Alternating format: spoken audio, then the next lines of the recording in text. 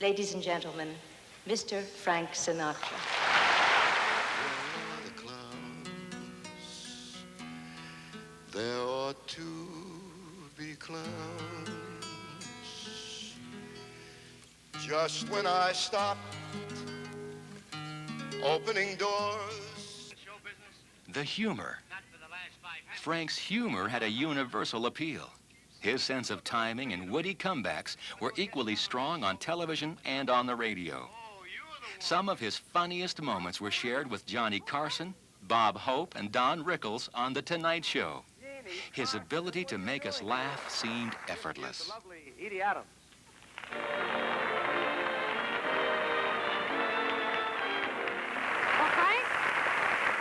I watch your show every week, and I thought this was the quickest way of getting on. By standing here. Yeah, that's you're right. pretty sneaky. Oh, you're clever. You know that we haven't seen each other since we made Kings Go Forth. What's new with you? Well, for one thing, I got married. You did, huh? Mm-hmm. Oh, I didn't hear about that. When that happened? Well, it was in all the papers. Don't you read? Just the Seed Growers Monthly.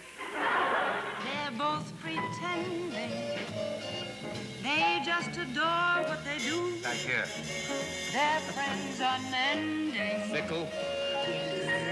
That's what they got. Boys, inch for inch. Schedule is tight. Well, let's just say terse. His lines won't be right. I refuse to rehearse. Oh. We hope you've got some idea what's in store. Oh, how we wish that we were young like before.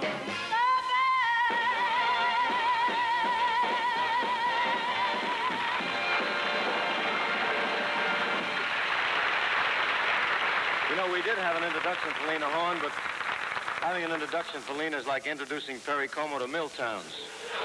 My romance doesn't need a castle rising in Spain. Frankie! Milton! How are you, boy? Glad to see you. You flipped for me? Oh, that's nice. Donna, I've been flipping for you for years. Oh, yeah? Oh. Pal! Why, Mr. Gleason, what's the idea of the bear routine here? Oh, he's after the Mackinac, I guess. Pleasure, ladies and gentlemen. Say Jack. Pardon me. Oh, hello, Frank. It's a great pleasure, ladies and gentlemen. I would like to say a few words about my next guest, or my first guest tonight. And I'm going to do it now rather than when he's out here, because I don't want to sound like a gushing schoolgirl. But in my opinion, he is probably the best singer of popular songs in the last 2 decades. He's been at it for 40 years. And those of us who were around when he first started can remember the hysteria and the electricity when he would appear any place. And it was genuine. And it's amazing that 40 years later, he still has that kind of adulation and professional performance. He's I guess, a controversial personality.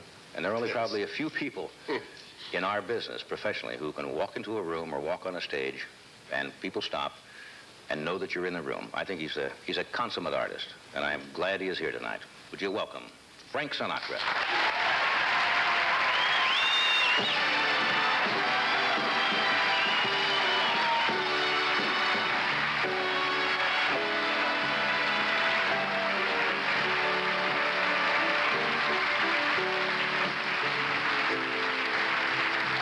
Been alive forever, and I sang the very first song. I put the words and the melodies together. I am music, and I sing the songs. I sing the songs, make the whole world sing. I sing the songs of love and special things. I sing the songs that make the young girls cry. Sing the songs, sing the songs.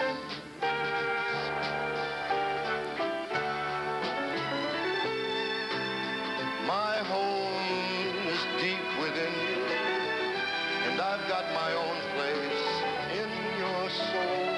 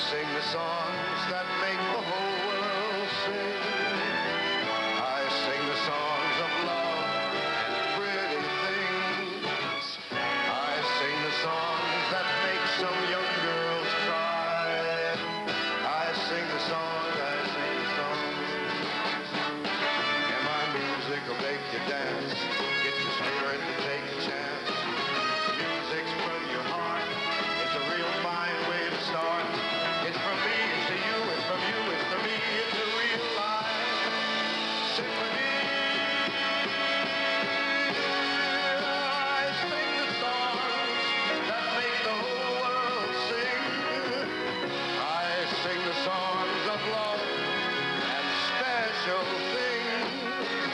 I sing the songs that make some young girls cry. I sing the songs, I sing the songs. I sing, and the whole world sings. I sing the songs of love and lovely things. I sing the songs that make the young girls cry. I sing the songs, I sing the songs. I am music, and I sing the songs.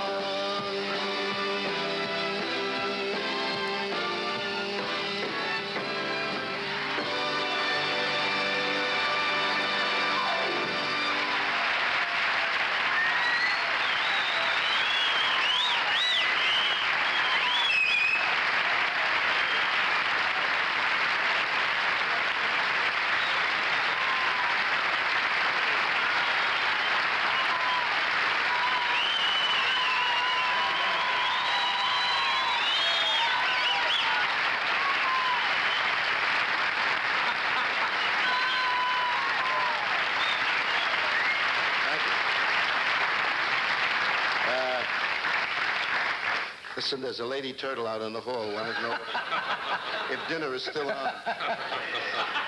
Am I going to have to put up with this every 14 years? You barging in here like this and singing a song? God, it's great to have you here. Thank you, John. I really mean it. It's so strange sitting here, watching you sing over there for what we pay, you know. I said, my God, that's Frank Sinatra, for $320.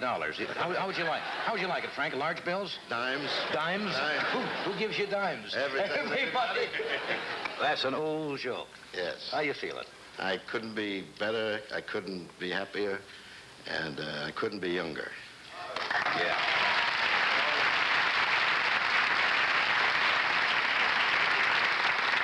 You know, somebody asked you that the other night because you were married recently, and you said, hey, all of a sudden, everything's Came together, yeah. came together.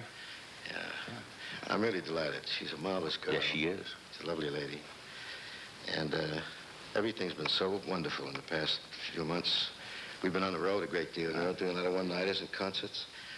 And the audiences have been, it's hard to explain how truly wonderful they are. It's almost like a renaissance that happened years ago. I mean, and I noticed that when we're working around, you get closer, obviously, to the people.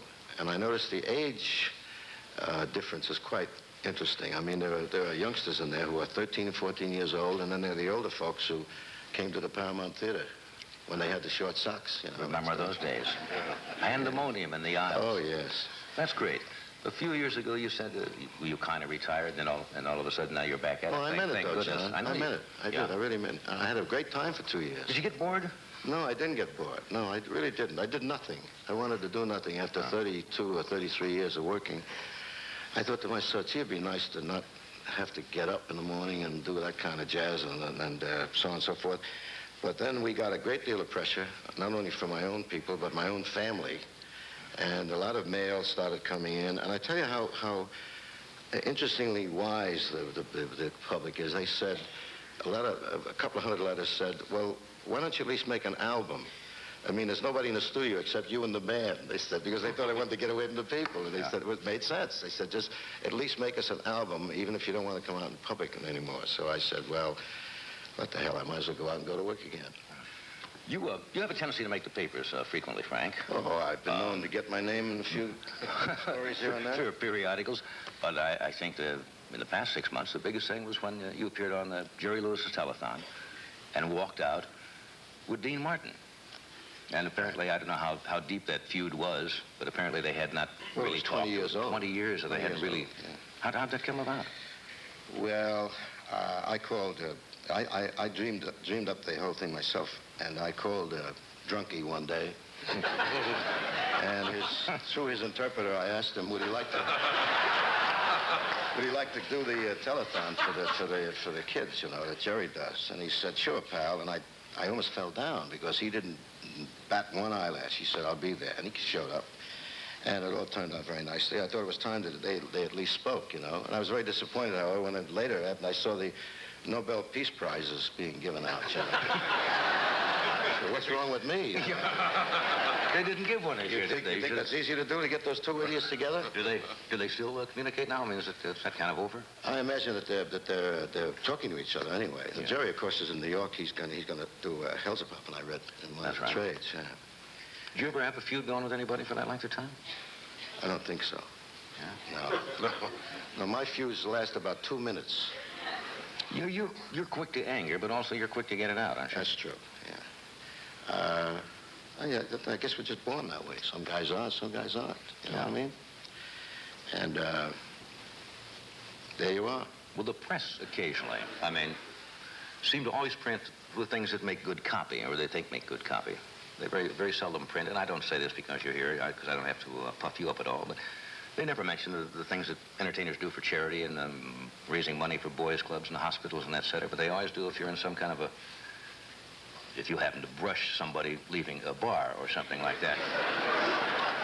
Well, I've never done anything like that. No, just... Or, I think... If I'm going to brush anybody, he's going to get knocked down. I think...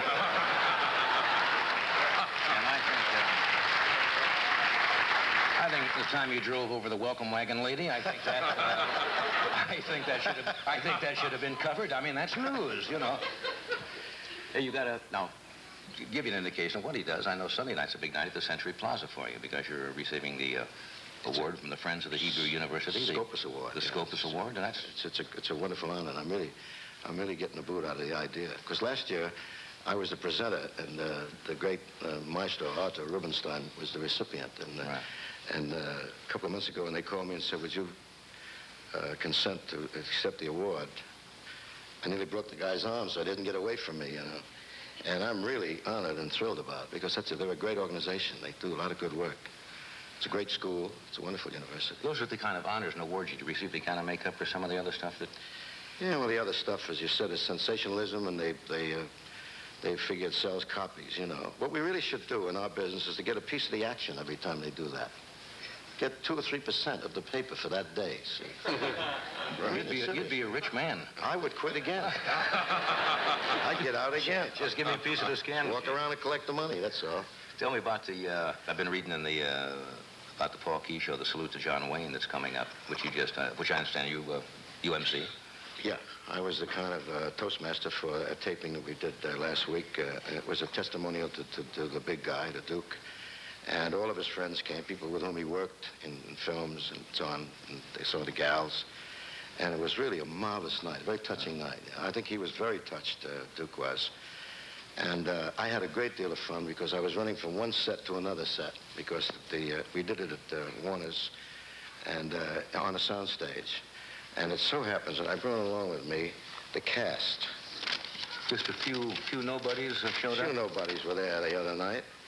We had Charlie Bronson, John Biner, Glenn Campbell, Sammy Davis, Angie Dickinson, Monty Hall, Bob Hope, Ron Howard, Lee Marvin, Maureen O'Hara, Dan Roan, and Dick Martin, James Stewart, Claire Trevor, Henry Winkler, and me. That's not a bad one. Pretty good.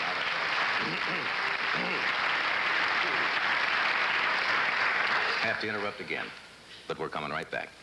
You have my permission. Stay Go close. right ahead. Is it okay? Of course, I didn't check.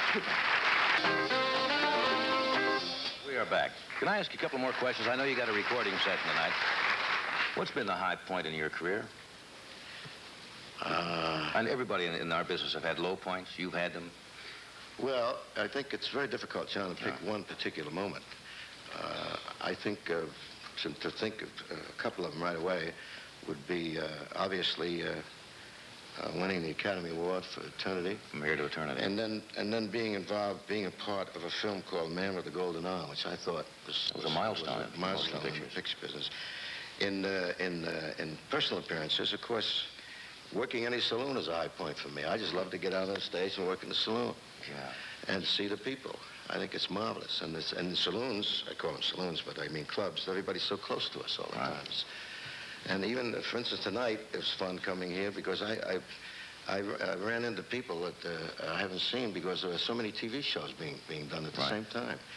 And Mr. Fox, who's working next door, the garbage dealer, the junk man. He said to me, "Hey, baby, you want to go to Plains next Sunday with me to the church?" He said, "We go." He did.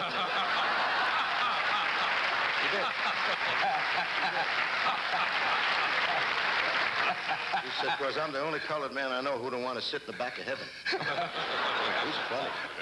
Oh, he's funny. I grew up with you, listened to your music from high school and so forth. It just occurred to me, crazy thought this afternoon. When you're in a romantic mood and you're trying to make out, whose records do you put on?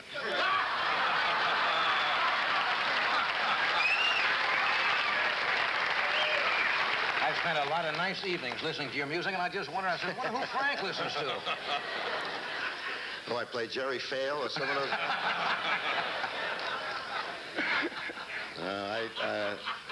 Interesting concept. Yes, it is. But I can answer that by telling you that in those lovely moments, I play Daphnis and Chloe, or the Sunken Cathedral, the Engulfed Cathedral, all that kind of classy jazz. I don't fool around with all that other stuff. Because... Hey, look, I know you're going to do another number with the band, because I know you got a recording session tonight, and really, on behalf...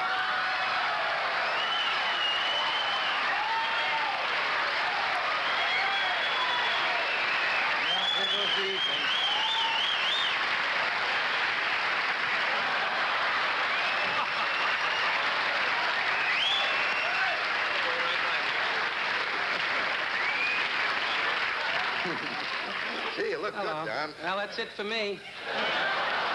Why don't you guys get with the band? Hey, Frank, it's good to see you. I just was hanging around in the hall, and they said Frank Sinatra's here, and I've never met him, you know. And I get the You'll excuse us once you... Certainly. Marco Mangananzo was hurt. Marco Mangananzo? Trombino Bombazzo. 2 bullets in the head Thursday.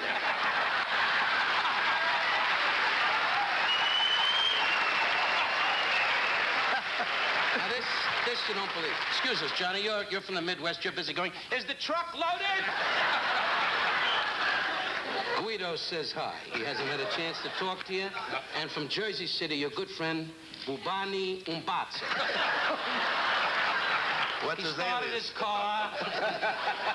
started his car with your album on, and now he's a highway.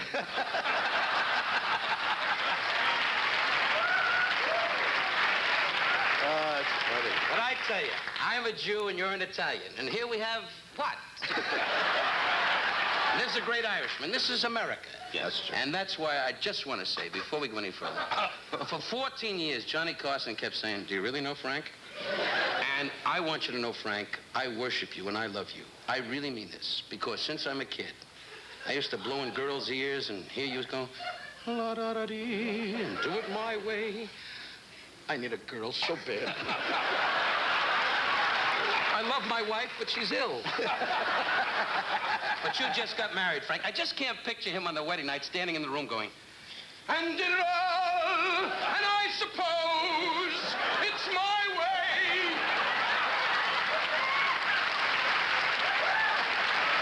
And Barbara, his wife, is going, "Frank, will you get a minute?" God bless you. He just got married. Hey, all the good things. This is the most exciting night in the years that I've known Johnny Carson. He started me on this show. This is the most exciting night, and so help me. It's a great night. He was even nervous because he came to me and said, and I said, "You are a powerhouse, and Frank, I love you."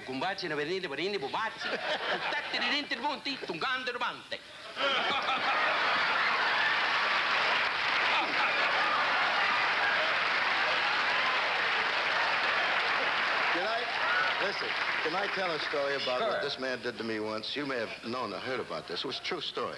This was a long time ago, long before Don got married. I was eating dinner at a restaurant in New York, and I was sitting with some friends, and he came over to the table, and he said, "Frank, do me a favor, will you?" He said, "I'm sitting with a very pretty girl, and I'm trying to make out, you know." And he said, "I told her I know you, and she really doesn't believe me. Would you stop by the table?" I said, "All right." I was just about finished. I was down to the espresso. And finally, he went back, and I walked by the table, and I said, "How are you, Don? Nice to see you." He said, "Can't you see I'm eating, Frank? What are you doing?" I went for the whole thing. I stood with my mouth open. said, can't you see I'm trying to make out with this girl? He said, what are you doing bothering me? You know, You did. when I started at Johnny, when I started at Zardy's Jazzland, that was the first time I met Sinatra, Ed. It was, he came with Peggy Lee, right, Frank? Mm-hmm. Well, the first time actually was in Murray Franklin's in Miami Beach. Yeah, the little joint. And he came down there, and Murray Franklin's a heck of a guy. He's still with us, thank God. And the room sat about 20 people, and I broke the record. We had 21, and right at Sherwood. And Frank came over, and he sat in the front, and I was scared to death. As I am tonight. As many times I see him. I had never seen him before. He killed me that night. Absolutely put me. He should be scared with that act. You notice how he keeps moving on stage all the time? Moving all around all the time. God bless you, Jen. Look at the violin section. Why do they always look like the union didn't call? Violin players always look like, I gotta get an operation. Boy, the budget's big tonight, but you got the boss here. That's right. And to me, Frank Sinatra is the boss because, for one reason. Not because of the word boss, but because he stimulates excitement, he stimulates our industry, and he makes you nervous. You like that, don't you? You like to see me nervous. Get a boom bum. Look, I know you Can I do my song now? I know you got to cut because you got. Go ahead, Frank. I'll lead you, Frank. See your song. Come on, Frank. Come on, we're going to walk on the boardwalk. Come on, Frank. Here we go. Come back, Let's hear it sit for the down. boss.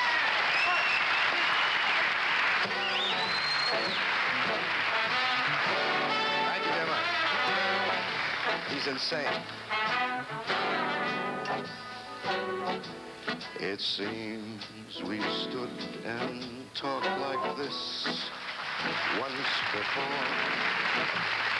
We looked at each other in the same way then. I can't remember where or when.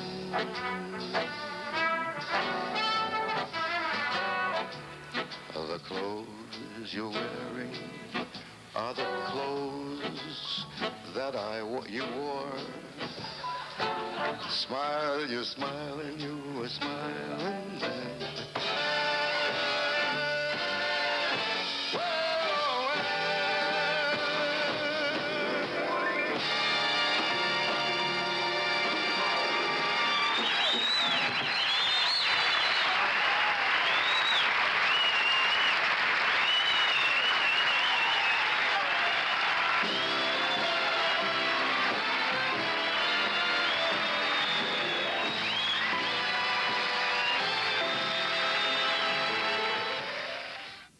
Hollywood, The Tonight Show, starring Johnny Carson.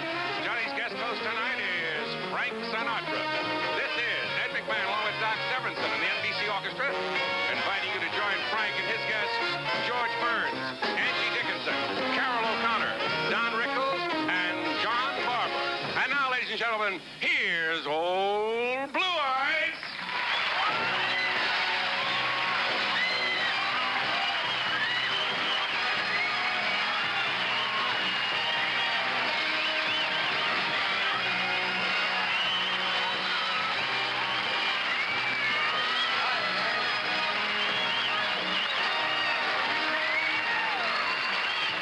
Maybe this time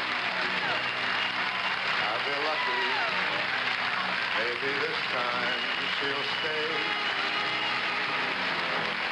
Maybe this time, for the first time,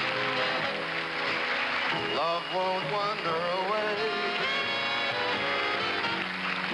She will hold me fast. I'll be home at last.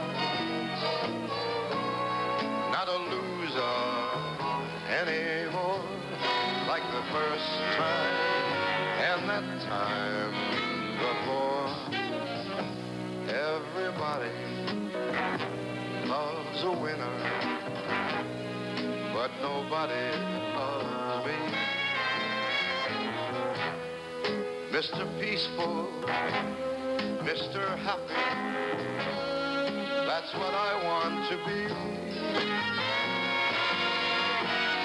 Now the odds are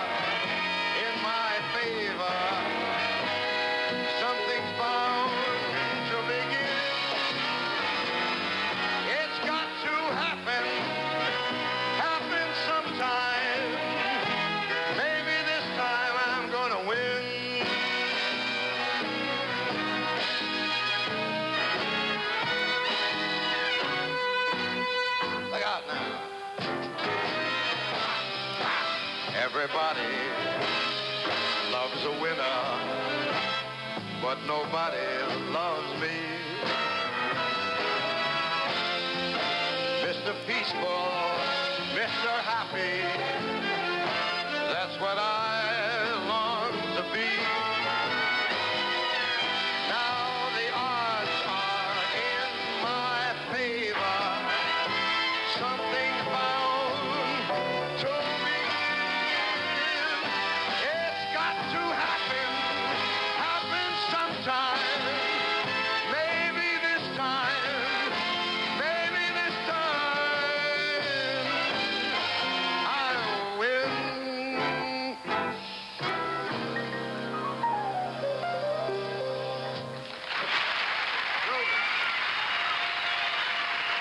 Yes, cheers. Salute. Yes, to the festival. Welcome to the Italian Hour.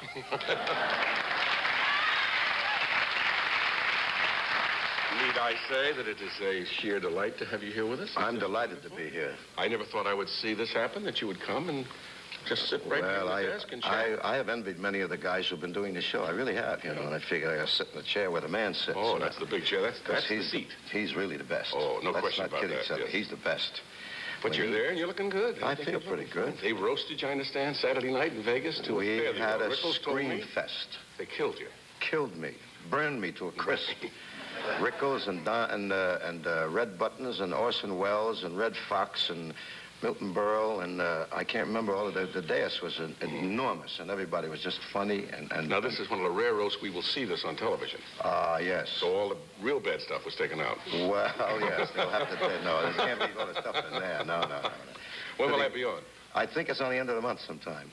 On NBC. I think the 29th or 30th or sometime. I mentioned in the warm-up that you were a good, dear friend of mine, and one of the nice things about you always communicate with people, some fashion. You have someone write a note, or you write a note, or somehow I always hear from you, which is very nice. If I do something, I try to you keep track of it. It's reciprocate. very, very nice. I talked to Dorothy. You know, Dorothy, your mastermind, my number the lady one that takes girl care of Friday, the office. Dorothy Yes. Ullman, yes. She used to work on the Tonight Show staff, so we're quite friendly. I didn't know if you knew that. I didn't know that. Yes, indeed.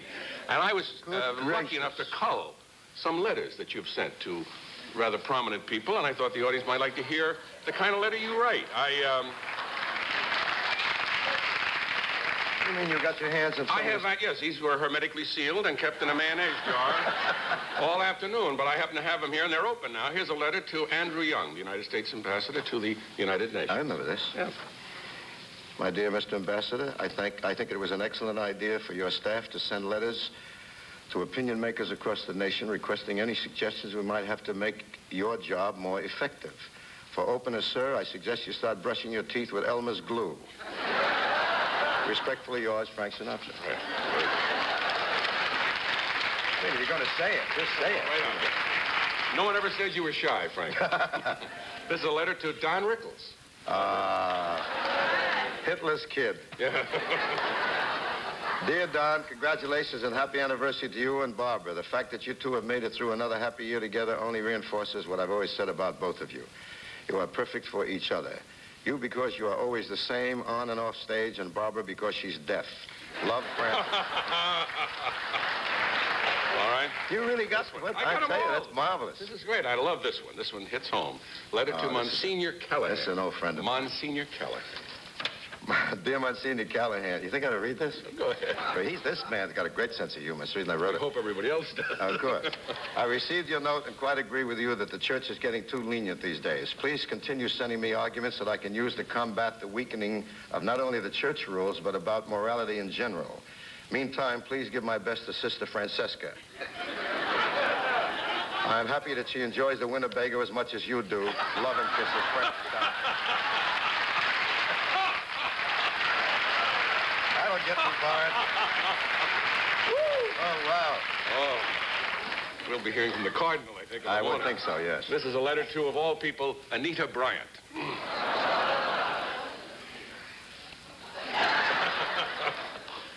Dear Anita, I'm terribly embarrassed to find out my secretary sent the wrong check in answer to your pleas for help in your new cause.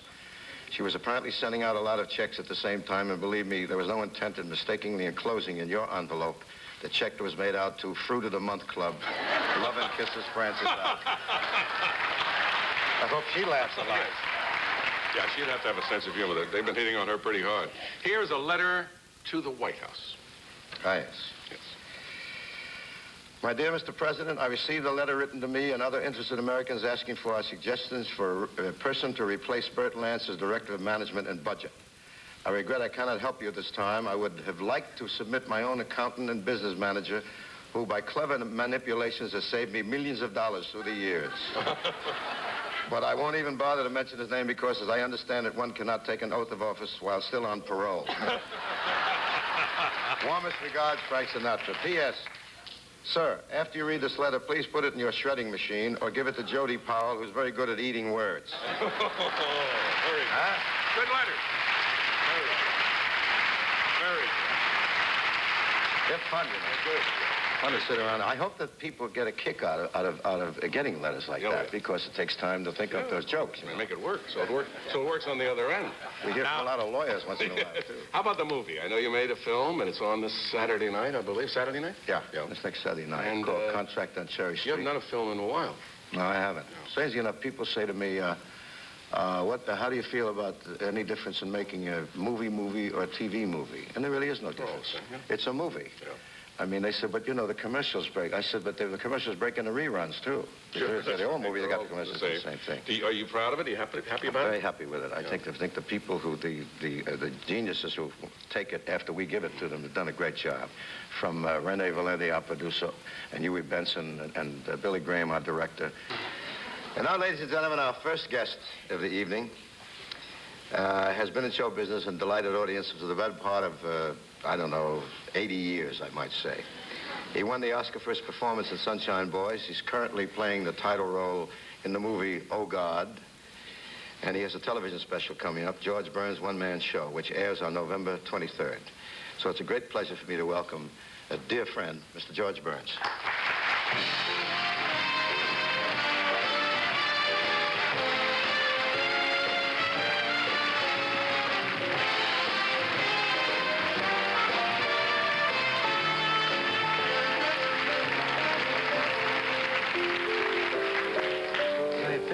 George? Oh, I feel fine. Are we going to do this sitting down? We do? I'd like to. Good. And I think I'm doing the right thing. I love to sit down and get paid.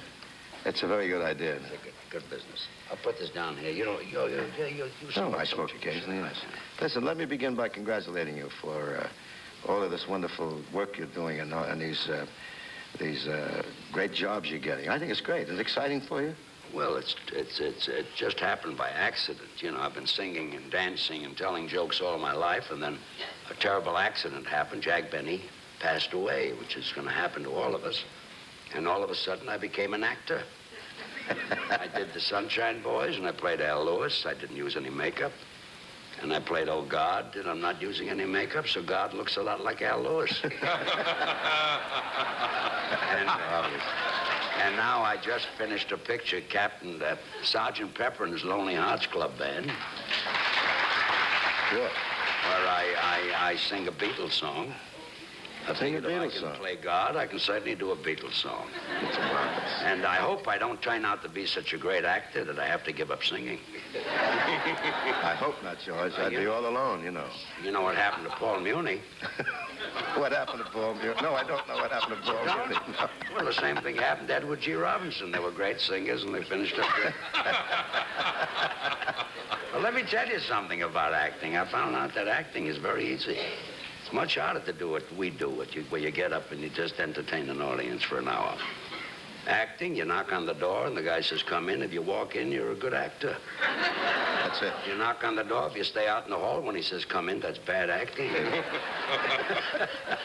I love his logic. I think it's great. Acting, and you can sit down and act. You don't have to stand all the time. You don't have to remember all the lines. Somebody asks you a question. How do you feel? You say, fine, good acting. Good. If he says, how do you feel? And I say, look on the floor. Maybe it fell down. Bad acting. And you see, in God, it's a good picture. It's a good picture, and I think everybody... I saw it. I loved it. I saw it. I thought the boy was very good, too. Yeah. John Denver, he's great. Let me tell you, he's a wonderful boy. Yes, he is, If God really came down and wanted a nice man, he'd pick John Denver. Oh, that's There's sweet. nobody That's nice. But I'll tell you something about playing God. It's a very good part to play because nobody knows whether you're good or bad. They wouldn't even dare criticize you anyway. Nobody's ever seen them. Unless maybe Danny Thomas.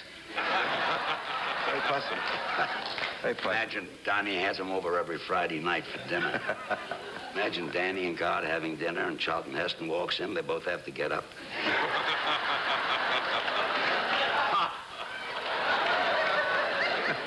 I must tell you a story. It's been kind of funny. I'm doing the Oh God picture, and what's his name? The director, Carl Reiner is the director, and great, good actor, good singer, good dancer, good director. And he comes over to me just before lunch. He says, George, he says, I'm in a terrible spot. I'm supposed to go to a luncheon today. I forgot all about it, and you can do me a very big favor. I said, sure, Carl. You want to borrow my car? He said, no, your hair. He forgot his hair. So I gave him my hair, and he came back and said, how did you do? He says, your hair was a smash. I got very funny hair. That's marvelous. He's a very clever man, Carl. You know that? He really was a great. Wonderful triple threat kind of guy. Yeah. Funny man, good director. Freddie the Cordova, sitting right there. Must tell you a story about Freddie I think you'll enjoy. I'm enjoying it now. I didn't enjoy it then. He was our director and our producer when I worked with Gracie. And he met some fella that he knew that didn't have a job for 10 years, an actor. And he gave him this job. And the fella had to come in. All he had to say was, how do you do? I'm Dr. Sam Newman.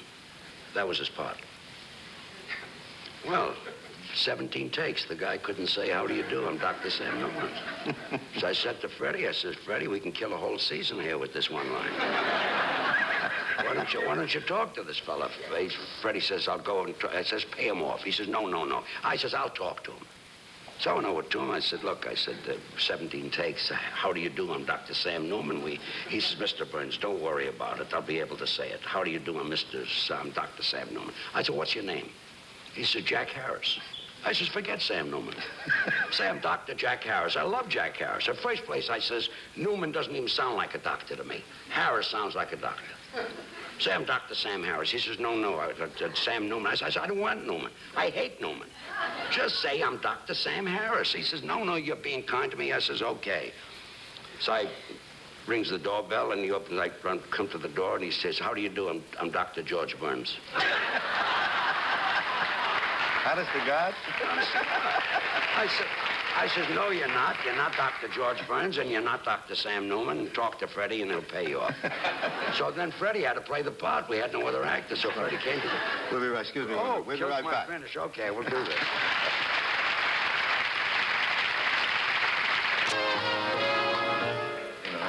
We're back. Thank you, Doctor. We're back. George, tell me something about the television show. All I know is that you've done a show. Well, I'm doing... It's a one-man show? It's a one-man show. But standing by in case, there's Bob Hope, there's Ann Margaret, there's Captain and Tennille, and Gladys Knight and the Pips. See, they don't think I can last an hour. They don't think so? But I do. It's a very good show. I don't want to tell you anything about it. I'll just tell you the opening. Just the opening. I walk out on the stage. I do my opening thing, and then Bob Hope comes out. That's all. I told you too much. But I'll tell you, watch it. It's Thanksgiving Eve, and I'm not saying it because I'm in it, but I'm saying it if you don't watch it, I want a rating. I'll kill myself. It's a good show. It's a great show. Listen, tell me something, George. I saw Jolson only once in my life when I was a kid. He was in the Winter Garden Theater when I saw him. And I only got to know him slightly before he went on. Tell me a little bit about, because you knew him very well. Well, he was a great entertainer. Tremendous entertainer. He was a great entertainer. He was a peculiar kind of a man. He told Eddie Cantor once to retire. He wanted all the actors to retire, so he'd be the only one left in show business. And he never allowed himself to be seen with any of the other big successful stars. He only palled around with actors who had no talent. I was one of his closest friends. He could sing, though. Oh, but he found his singing style by accident. Yeah. One day he was eating in Lindy's restaurant before the show, and he had a double order of vegetables and sour cream, which consists of radishes, cucumbers, and onions. And that night, when he went on the stage and sang April Showers, he got a stomachache. And he sang, "No April Showers, ooh."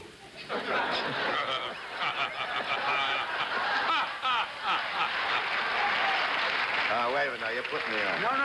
And that was just from the radishes and onions. And then when the onions hit him, he fell down on one knee, stayed there, turned underneath.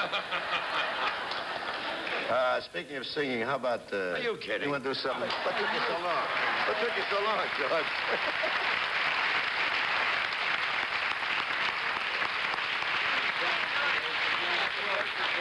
Okay.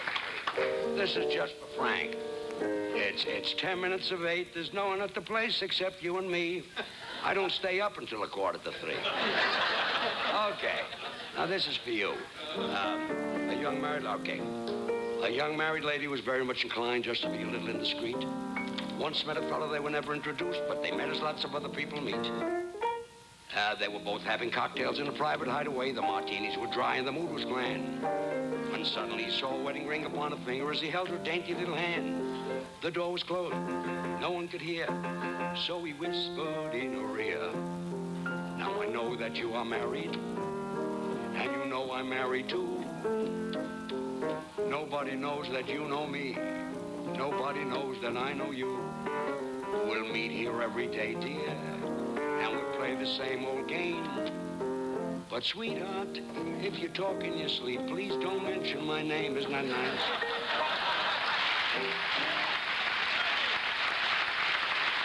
One more? Okay, one more. Willie the Weeper. I haven't sung this in years.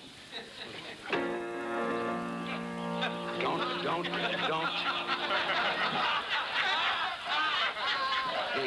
I'm not wearing anything.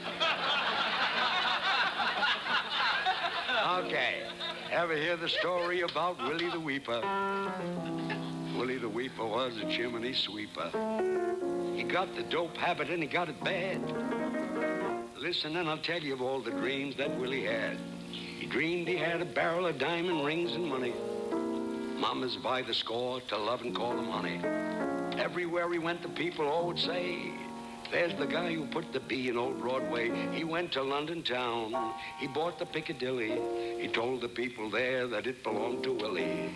Learned the Apache dance and just to show his thanks, tipped Apache Queen $500,000 francs. And in the morning, just before the sun comes up, you know the lights are low. That's when Willie starts dreaming and gleaming and he gets that glow. But now poor Willie, he's down below. He's gone, forgotten and resting where the daisies grow. Willie died singing that song at the Jefferson Theater. It was a tough audience.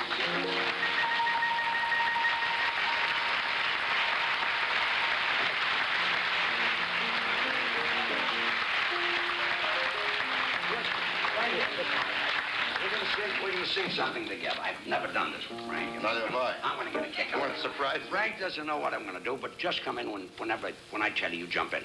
Okay. When I tell you. Two sweethearts in a country town, the neighbors say, lived happily the whole day long.